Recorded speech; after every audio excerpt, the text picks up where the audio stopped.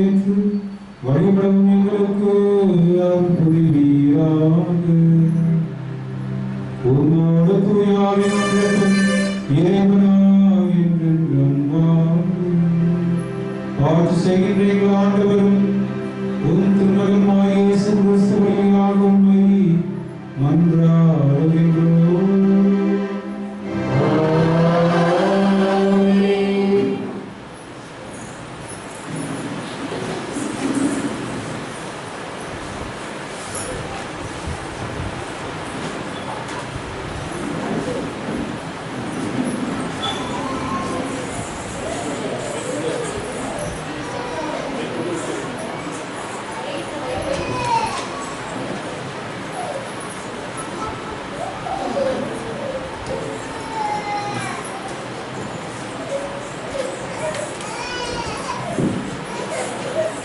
முதல் வாசகம். மேலே விண்ணிலும் கீழே மண்ணிலும் ஆண்டவரே கடவுள். இணைச்சட்ட நூலிலிருந்து வாசகம். அதிகாரம் 4 இறை வார்த்தைகள் 32 34 மற்றும் 39 40 முடிய. மோசே மக்களை நோக்கி கூறியது: உங்களுக்கு முற்பட்ட பண்டைய காலத்தை பற்றி கேட்டு தெரிந்து கொள்ளுங்கள். கடவுள் உலகின் மனிதனை படைத்த நாள் முதல் வானத்தின் ஒரு முனை முதல் மறுமுனை வரைக்கும் எங்கேயாவது இத்தகைய மாபெரும் செயல் நடந்ததுண்டோ? அல்லது இதுபோல் கேள்விப்பட்டதுண்டோ? நெருப்பின் நடுவிலிருந்து பேசிய கடவுளின் குரல் ஒலியை கேட்டும் நீங்கள் உயிர் வாழ்ந்தது போல் வேறு எந்த மக்களிடமாவது வாழ்ந்ததுண்டோ? அல்லது உங்கள் கடவுளாகி ஆண்டவர் எகிப்தில் உங்கள் கண்முன்னே உங்களுக்கு செய்த அனைத்தையும் போல சோதனைகள், அடையாளங்கள், அருள் செயல்கள், போர், வலிய கரம், ஓங்கிய புயம் மற்றும் அச்சுறுத்தும் நிகழ்ச்சிகள் மூலம் ஒரு இனத்தை வேறொரு நாட்டிலிருந்து தமக்கென உரிமையாக்கி கொள்ள முழுவதும் கடவுள் உண்டோ? மேலே விண்ணிலும் கீழே மண்ணிலும் ஆண்டவரே கடவுள். அவரை தவிர வேறு எவரும் இரார் என இன்று அறிந்து உங்கள் உள்ளத்தில் நிறுத்துங்கள். நான் இன்று உங்களுக்கு கட்டளையிடும் அவரது நியமங்களையும் கட்டளைகளையும் பின்பற்றுங்கள். அப்பொழுது உங்களுக்கும் உங்களுக்கு பின் வரும் உங்கள் பிள்ளைகளுக்கும் எல்லாம் நலமாகும். மேலும் உங்கள் கடவுளாகி ஆண்டவர் உங்களுக்கு எக்காலத்திற்கும் கொடுக்கும் மண்ணில் நீங்கள் நெடுநாள் வாழ்வீர்கள். இது ஆண்டவர் வழங்கும் அருள்வாக்கு.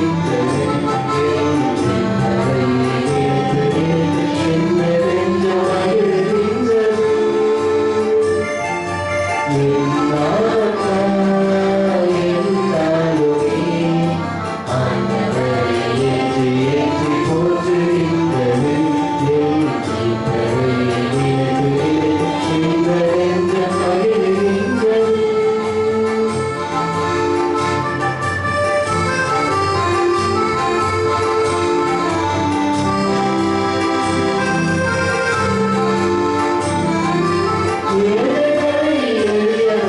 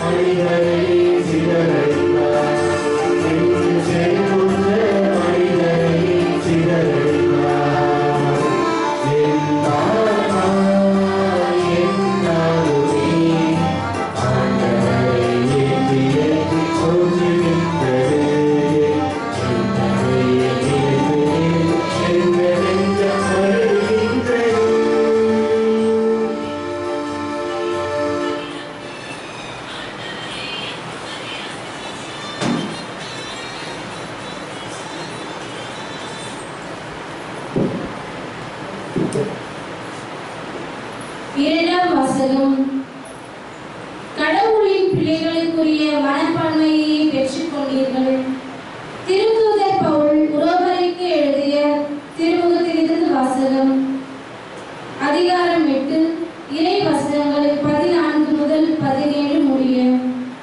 சகோதர சகோதரிகளே, கடவுளின் ஆவியால் இயக்கப்படுகிறவர்களே, கடவுளின் மக்கள், மீண்டும் அச்சத்திற்கு உள்ளாக்கும் மனப்பான்மையை நீங்கள் பெற்றுக்கொள்ளவில்லை. மாறாக கடவுளின் பிள்ளைகளுக்குரிய மனப்பான்மையை பெற்றுக்கொண்டீர்கள். அதனால் நாம் அப்பா, தந்தையே என அழைக்கிறோம். நாம் இவ்வாறு அழைக்கும் போது நம் உள்ளத்தோடு சேர்ந்து தூய ஆவியாரும் நாம் கடவுளின் பிள்ளைகள் என்பதற்கு சான்று பகர்கிறார். நாம் பிள்ளைகளாயின் உரிமை பேறு உடையவர்களாயின் இருக்கிறோம். ஆம், நாம் கடவுளிடமிருந்து உரிமை பேறு பெறுபவர்கள், கிறிஸ்துவின் பங்காளிகள். அவருடைய துன்பங்களில் நாம் பங்கு பெற வேண்டும். அப்போதுதான் அவரோடு மாட்சியிலும் பங்கு பெறுவோம். இது ஆண்டவர் வழங்கும் அருள்வாக்கு.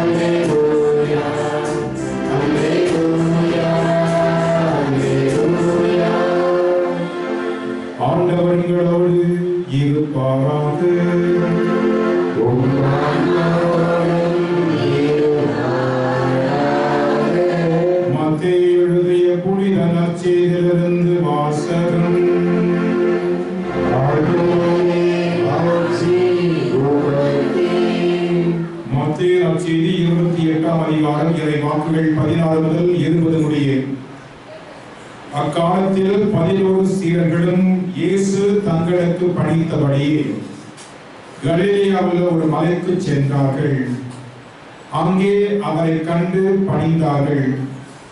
சிலரோ ஐயமுற்றார்கள்.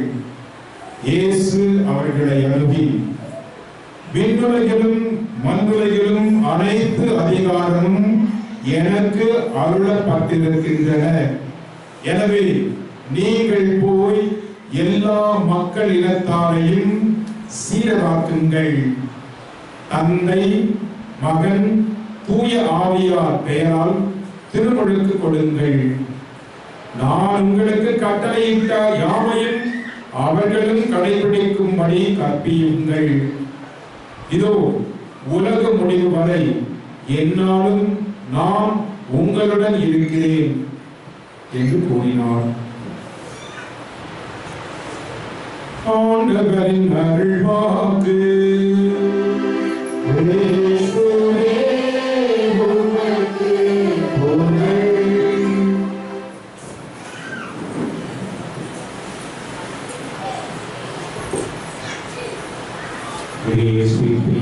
சகோதர சகோதரிகளே,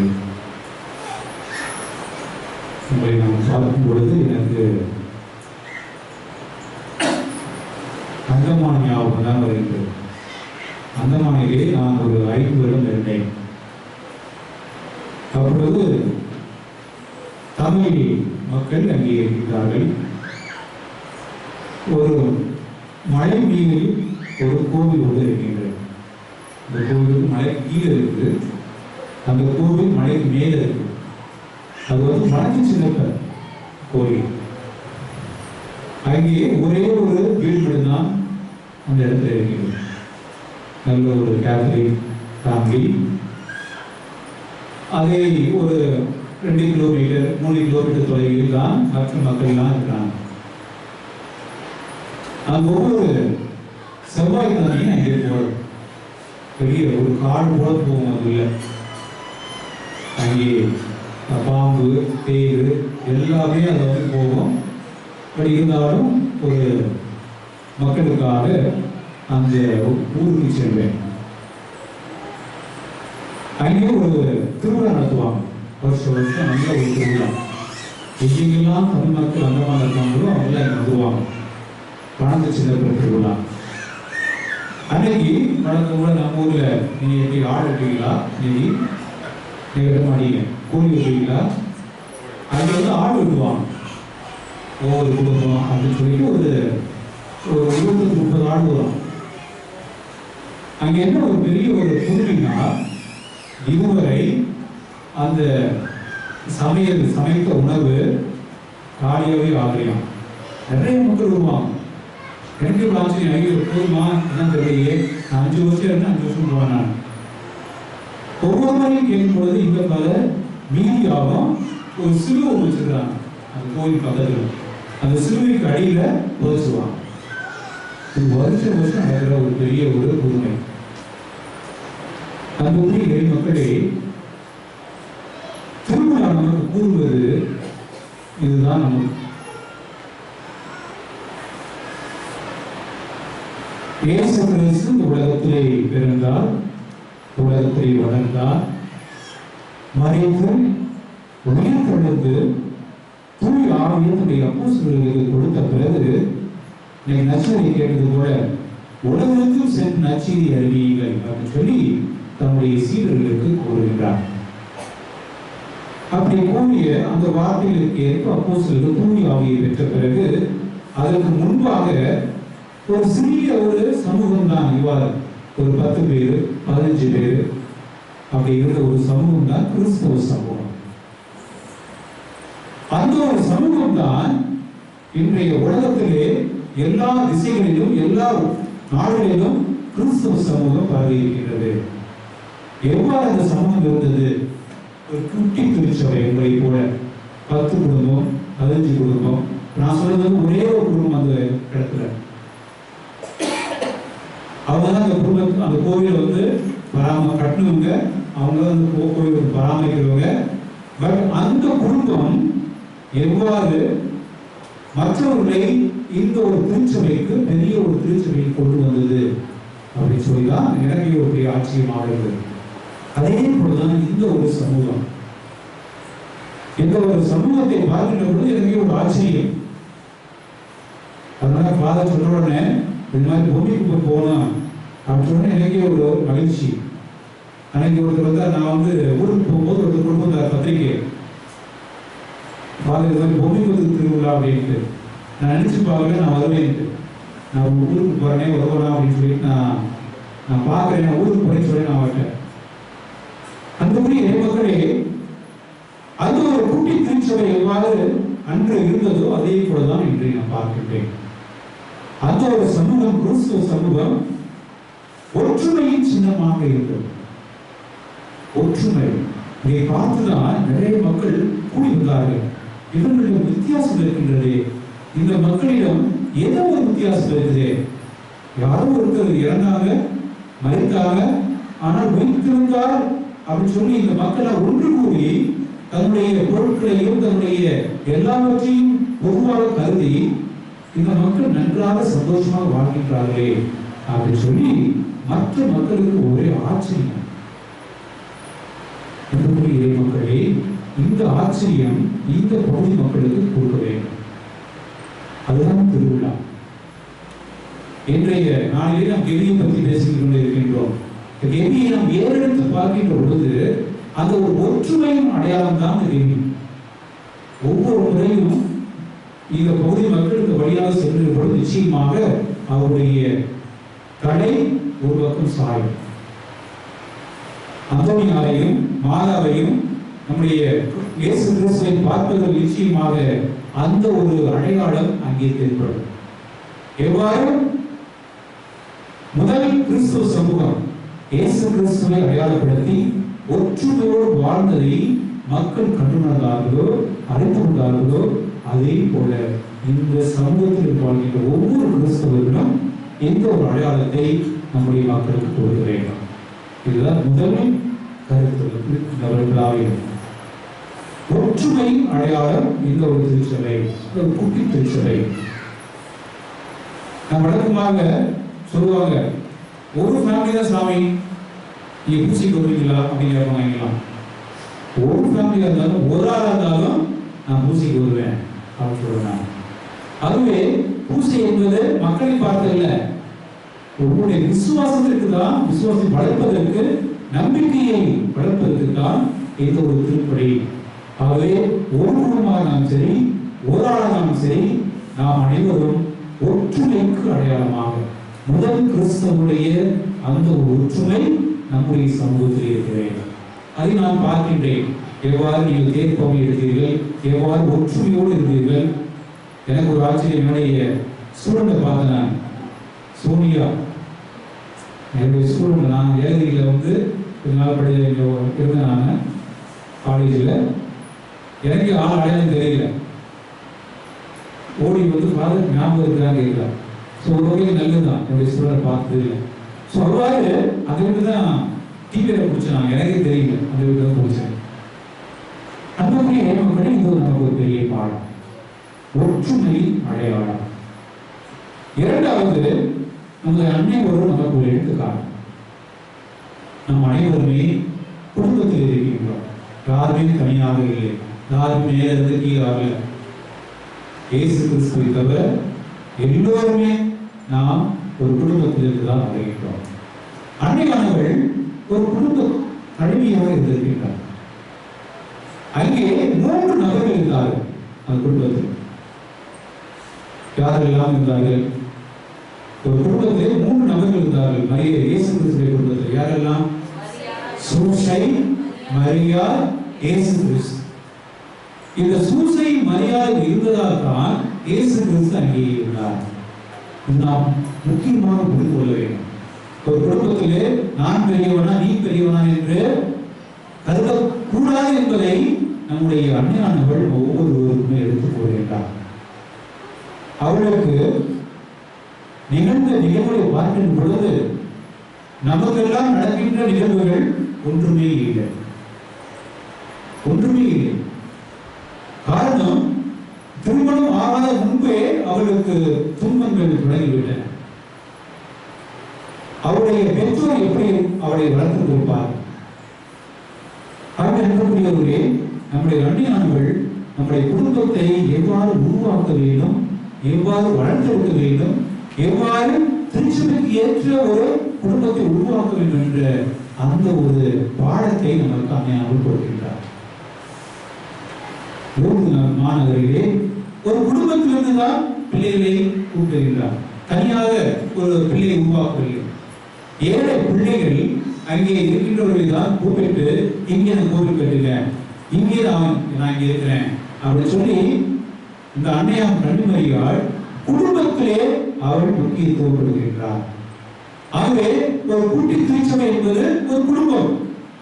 பாருங்க, இவருடைய குடும்பம் ஒரு கூட்டி திருச்சபை. அன்னை, சூசை, இயேசு கிறிஸ்து. ஆகிய ஒவ்வொரு குடும்பத்திலையும் யாரெல்லாம் இருக்கணும்? பெற்றோர் இருக்கணும், பிள்ளைகள் இருக்கணும், பெரியவர்களும் இருக்க வேண்டும். ஏனென்றால் இவரை பாருங்க, கருவுற்றிருக்கின்றார். இவள் போய் எலிசபெத்தை சந்திக்க செல்கின்றார். ஆகவே பெரியவர்களும் சிறியவர்களும் எல்லோரும் கலந்த ஒரு உறவுதான் ஒரு குடும்ப உறவு. அது ஒரு பெரிய எடுத்துக்காட்டு நம்முடைய அன்னை மரியா. மக்களே, இரண்டாவது கருத்தாக நாம் இதை புரிந்து கொள்ள வேண்டும். நாம் அனைவருமே உறவுக்கு முக்கியத்துவம் கொடுக்க வேண்டும். இவ்வாறு அன்னையானவள் சூசையப்பரை மதித்து நடந்தார். சூசையப்பர் மகத்துவத்தையும் மரியாதையையும் அன்பையும் காட்டினார். இயேசு கிறிஸ்து இவர்கள் நடுவில் இருந்து ஒரு அன்பையும் பாசத்தையும் ஒரு இணைக்கின்ற ஒரு பாடமாக தன்னுடைய பிள்ளைகள் இருந்தார். இதுதான் ஒரு குடும்பம். இந்த ஒரு 3 பேரும் சேர்ந்து இந்த ஒரு உறவை மக்களுக்கு வெளிப்படுத்தியிருக்கிறார்கள். இது ஒரு குடும்பம், சிறு குடும்பம், நல்ல ஒரு குடும்பம். ஆகவே இந்த குடும்பத்தை நாம் அனைவரும் பின்பற்ற வேண்டும் அப்படின்னு சொல்லி இந்த குடும்பத்தின் வழியாக திருச்சபை உருவாகின்றது. இந்த உறவு அன்னைக்கும் இருக்கின்ற அன்னைக்கும் இயேசு கிறிஸ்துவுக்கும் சுசேஷத்தின் உறவு விரிவடைகின்றது. அது அன்னையால் தான் முடிந்தது. ஒவ்வொருவரையும் நம்ம இடத்துக்கு அழைக்கின்றார், இவர் சந்திக்கின்றார், யாருக்கெல்லாம் தேவை இருக்கின்றதோ அங்கெல்லாம் செல்கின்றார். இது எப்படி, எதற்காக என்றால் உறவை அவர் மதித்து நடந்தார். நம் அனைவருக்கும் உறவு அவசியம். குடும்பத்திலே நமக்கு உறவு அவசியம்.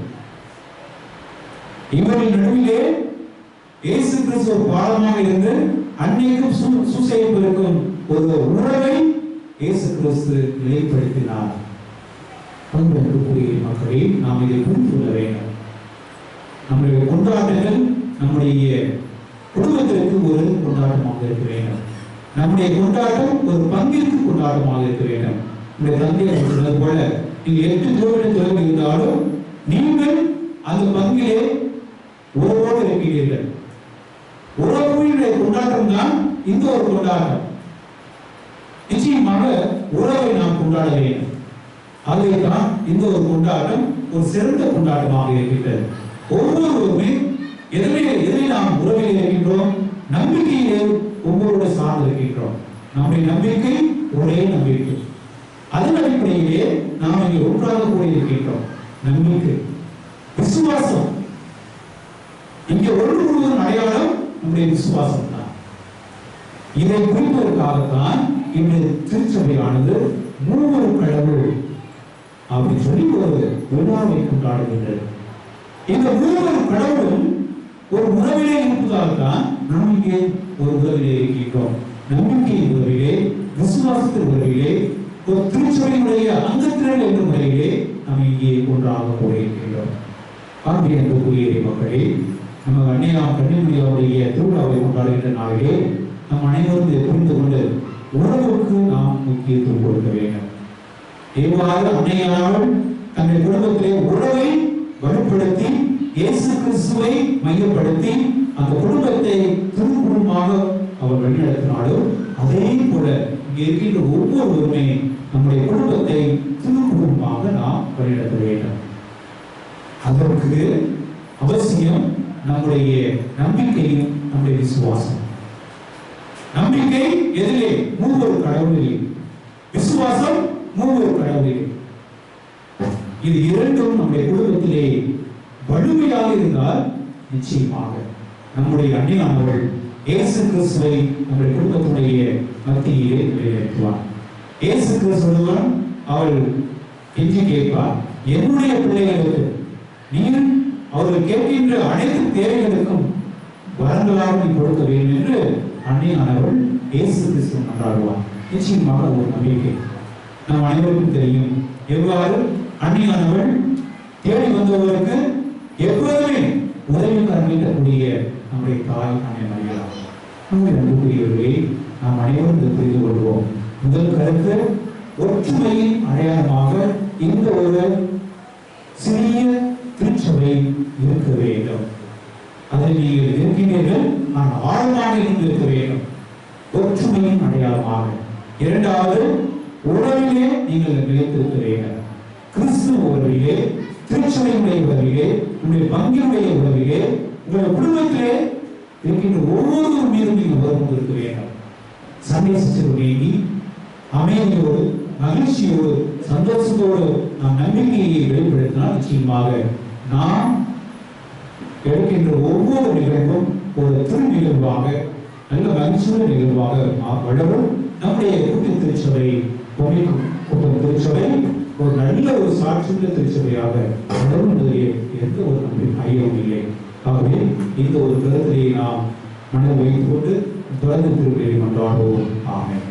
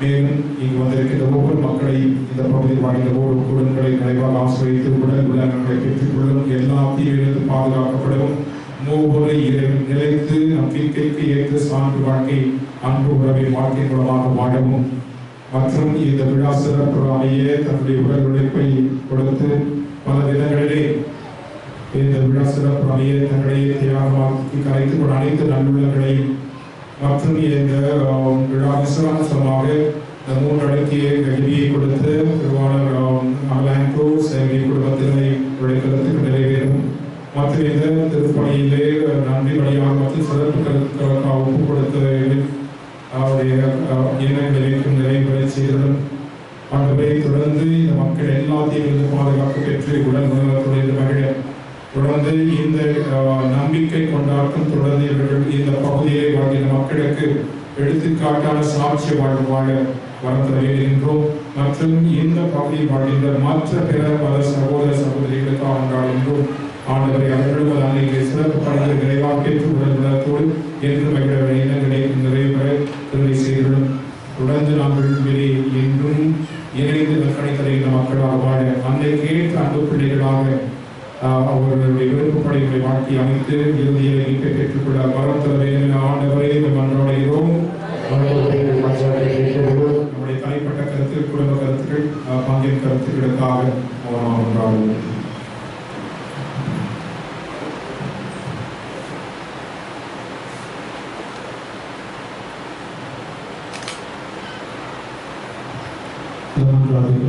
ஆண்டவராகிய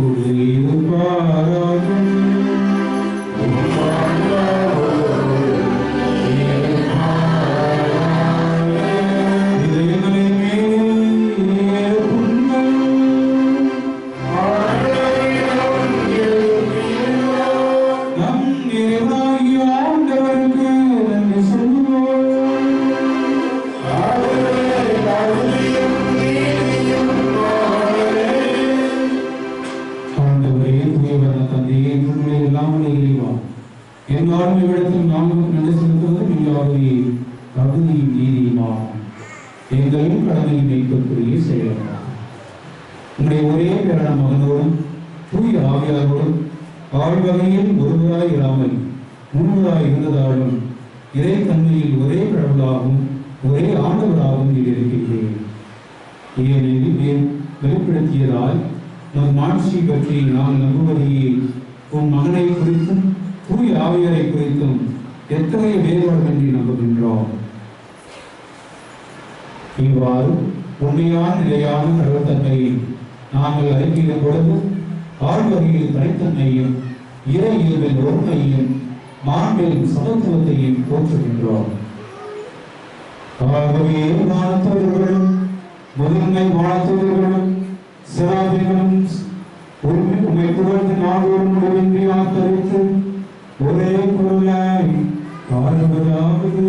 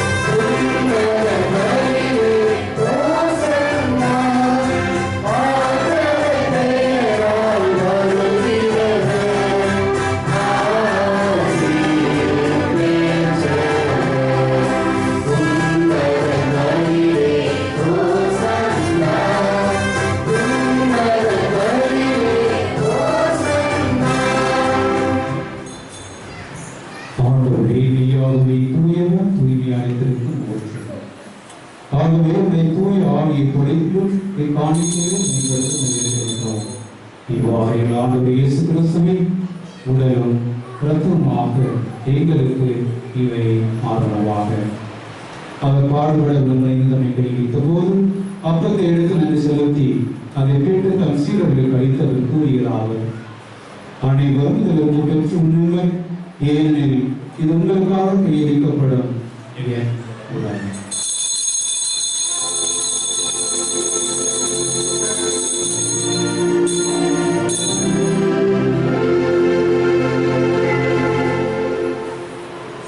அவனமே இறந்திருந்தி அருந்தியவை கிண்ணத்தையும் எடுத்து மீண்டும் நன்றி கூறி தம் சீடர்கள் கழித்தவர் கூறியதாவது: அனைவரும் இதிலிருந்து பெற்று பருவுங்கள், ஏனெனில் இது புதிய நிலையான உடன்படிக்கைக்குரிய இரத்தத்தின் கிண்ணம். இது பாவ மன்னிப்புக்கென்று உங்களுக்காகவும் பலருக்காகவும் சிந்தப்படும். இதை நினைவாக செய்கிறோம்.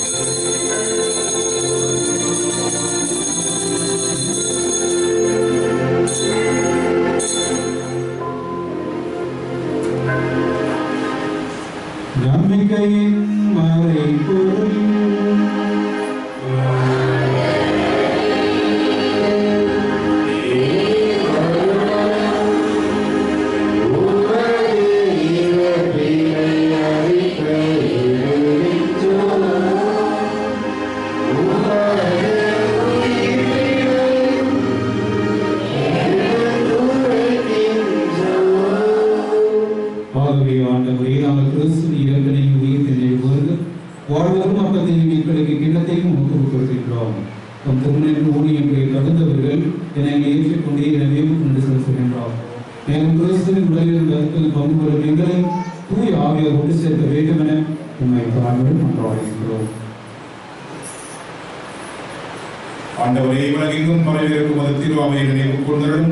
எங்கள் திருத்தந்தை பிரான்சிஸ் சேகர் மறை மாவட்ட பரிபாலகர் ஜான் ராபர்ட் ஏனைய ஆயர்கள் எல்லா திருநிலைகளாக அனைவரோடும் திரு அவை அன்பை நிறைவேற செய்திடும் தந்தை இந்த பணியை நன்றி படையாக ஒப்புக் கொடுக்கின்ற அனைவரையும் அவருடைய குடும்பங்களை நிறைவாக ஆசிரியர்களுடைய என்ன நிலைப்புகள் நிறைவேற செய்திடும். மேலும் இங்கு குழுவிருக்கின்ற ஒவ்வொருவரையும் அவருடைய குடும்பங்களை நிறைவாக ஆசிரியக்க வேண்டுகின்றோம். இந்த திருப்பணியை ஆசிரியர் தந்தை பாஜியை சுமானிக்கு அவருடைய பணியை நிறைவாக ஆசிரியக்க வேண்டுகின்றோம். இந்த விழா சிறப்பு அமைய தன்னுடைய உடல் உழைப்பை கொடுத்து சிறப்பானவற்றை எல்லாவற்றையும் நிறைவாக செய்து கொடுத்த அனைத்து நல்லுள்ளங்களையும் நிறைவாக ஆஸ்வதிக்க வேண்டுகின்றோம். இந்த 3 அடுக்கு கேள்வியின் வழியாக நாங்கள் நம்பிக்கையில் ஆழமாக வேறும் தொடர்ந்து ஒற்றுமையிலும் பிறன்பிலும் நிலைத்து வாழ அங்கே சாட்சிகளாக வாழ இதை எங்களுக்கு கொடுத்த திருவாளர் அமர் ஆண்ட்ரூ செல்வியுடைய குடும்பத்தை அவருடைய கருத்துக்கு நிறைவேற்ற செய்துள்ளோம். தொடர்ந்து நாங்கள் இப்பொழுது இந்த பகுதியில் இருக்கிற அனைத்து இறை மக்களின் விரைவாக ஆசிரியர்களுடைய இணைகளை நிறைவேற்ற செய்துள்ளோம். தந்தையை அழைத்துக் கொண்டு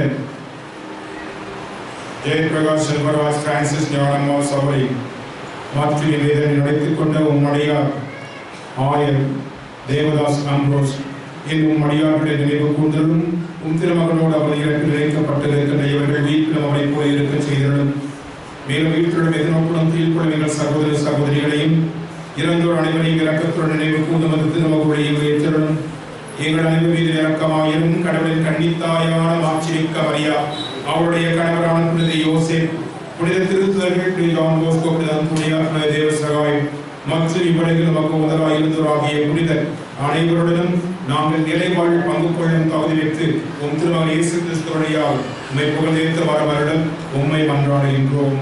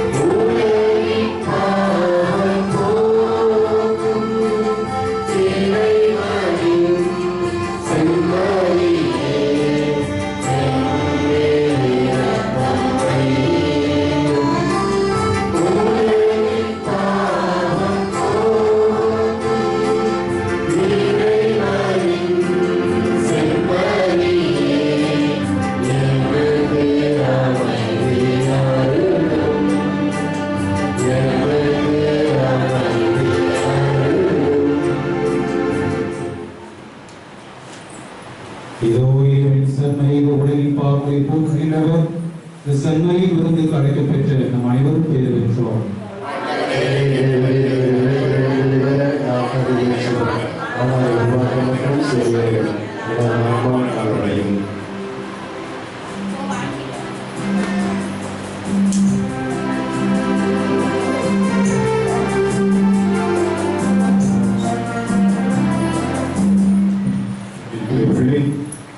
எல்லா மக்களும் கூடியிருக்கிறீர்கள்.